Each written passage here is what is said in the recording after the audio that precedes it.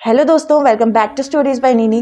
आज की जो डरावनी कहानी मैं आपको सुनाने वाली हूँ वो कुछ लोगों को ट्रिगर कर सकती है, इसलिए प्लीज़ इसको सिर्फ एंटरटेनमेंट के तौर पर लीजिए। तो सुनते हैं आज की कहानी जो कि गिन्नी की है। गिन्नी जो है वो राजस्थान के एक बहुत ही famous all girls boarding school में पढ़ती थी, पर उसके स्कूल में कुछ ऐसा था जो उसे पता नहीं था। अब एक दिन गिन्नी का स्पोर्ट्स डे था। उस दिन उनको बास्केटबॉल खेलना था। तो जो उनके साथ जो उनकी टीचर थी, स्पोर्ट्स टीचर, उन्होंने कहा कि वो एक्टिविटी रूम में से बास्केटबॉल लेकर आए। उनका एक्टिविटी रूम बहुत ज़्यादा बड़ा था। टीचर और बाकी की लड़कियां बास्केटबॉल कोर्ट में पहुंच गए और गिन्नी चली गई एक्टिविटी रूम में बास्केटबॉल लेने। अब जैसे ही वो एक्टिविटी रूम में पहुंची, अचानक से लाइट बंद हो गई और उस एक्टिविटी रूम में गिन्नी को एक छोटे से बच्चे के रोने की आवाज़ें आने लगी। गिन्नी ने चारों तरफ देखा लेकिन उसे कोई भी बच्चा नहीं दिखा। उसके बाद उसे एक लड़की की परछाई दिखाई दी जो गिन्नी से थोड़ी बड़ी थी, लेकिन वो जोर जोर से रोने लगी गिन्नी को देखकर और गिन्नी की तरफ आने लगी।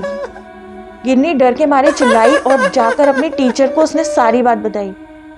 उसके बाद जो टीचर थी वो गिन्नी के साथ एक्टिविटी रूम में गई और जब वो वहाँ पहुंची तो वहाँ पर ऐसा कुछ भी नहीं था, लाइट्स ऑन थी।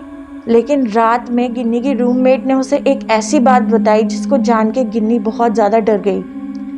दरअसल उसकी रूममेट ने बताया कि ये जो फेमस बोर्डिंग स्कूल है ये एक हॉन्टेड स्कूल है। ऐसा इसलिए क्योंकि इस स्कूल में उनकी एक हाई स्कूल की जो स्टूडेंट थी वो प्रेग्नेंट हो गई थी और उसी एक्टिविटी रूम में जाके एक बेबी को डिलीवर किया।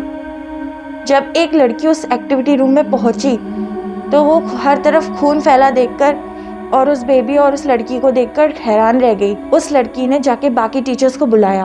वो लोग उसे एम्बुलेंस में हॉस्पिटल लेके गए, लेकिन जब वो उसे एम्बुलेंस में हॉस्पिटल लेके जा रहे थे तो अनफॉर्चुनेटली उसकी और बेबी की डेथ हो गई। और तभी से उस एक्टिविटी रूम को बहुत ज़्यादा हॉन्टेड माना जाता है। उस रूम में कई बार लड़कियों को उस लड़की और उस बेबी के रोने की आवाज़ें आती हैं। कई गर्ल्स ने तो उस लड़की को भी देखा है जिसने उन्हें जान से मारने की कोशिश की। इसलिए कोई भी उस एक्टिविटी रूम में अकेला नहीं जाता। जब से ये बात गिन्नी को पता चली उसने भी उस एक्टिविटी रूम में जाने से हमेशा के लिए मना कर दिया। तो ये थी आज की horror story. Thank you for listening.